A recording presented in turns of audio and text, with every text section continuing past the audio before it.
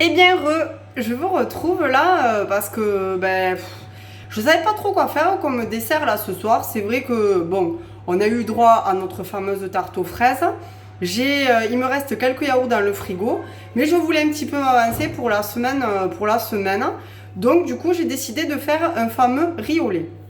Alors le riz au lait chez moi, c'est quelque chose que je fais assez fréquemment parce que je le donne aussi à mes enfants pour le goûter très, très souvent. Donc ça me sert de dessert, mais effectivement aussi de goûter. Donc aujourd'hui, j'étais super contente parce qu'il y a Christelle de la boucherie de la Vlanée qui m'a appelée pour me dire qu'elle avait reçu le fameux lait de la Buscaillère, de la ferme de la Buscaillère. Je fais souvent de la pub à ce lait, mais parce que je le trouve vraiment extra et qu'il faut savoir que le lait cru, on n'en trouve pas énormément. Donc c'est vraiment chouette d'avoir la chance d'avoir du lait cru. Donc mon boucher m'a vendu donc ce matin le lait. Et d'ailleurs, j'en profite vite fait. Je sais que la dame de la ferme de la Buscaillère est sur ma page. Et alors, je lance un avis. C'est un avis comme ça, il ne faut pas le prendre au pied de la lettre. Mais est-ce qu'il ne serait pas possible d'envisager de remettre le lait de la Buscaillère en consigne? Je pense que ça pourrait être une sympathique idée. Je ne sais pas, si jamais, vous m'envoyez un message et on peut en discuter toutes les deux. Bon, c'était la parenthèse de ma vidéo. Donc voilà, le riz évidemment va être presque zéro déchet. Je dis presque parce que évidemment je vais me retrouver à chaque fois avec ce gros déchet. Donc le lait cru va donner une consistance à votre lait qui va être vraiment crémeuse. On ne le trouve pas sur du lait entier. Là vraiment on est sur du lait cru.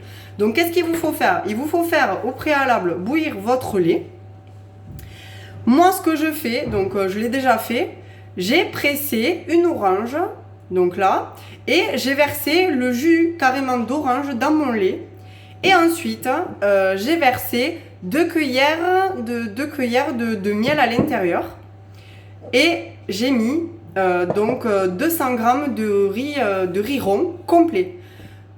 Le riz, il y en a qui ont du riz industriel. Vous avez à l'arrière de votre contenant le temps de cuisson de votre riz. Ça va varier d'un riz à un autre. Moi, le mien, je l'achète au bio. Il est en vrac. C'est le premier riz que vous voyez ici, là.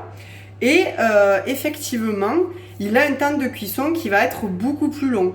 Moi, sincèrement, pour obtenir un riz crémeux avec le lait, etc., je le mets au moins à bouillir plus d'une trentaine de minutes. Entre 30 et 40 minutes, je regarde. Il ne faut pas hésiter à touiller de temps en temps.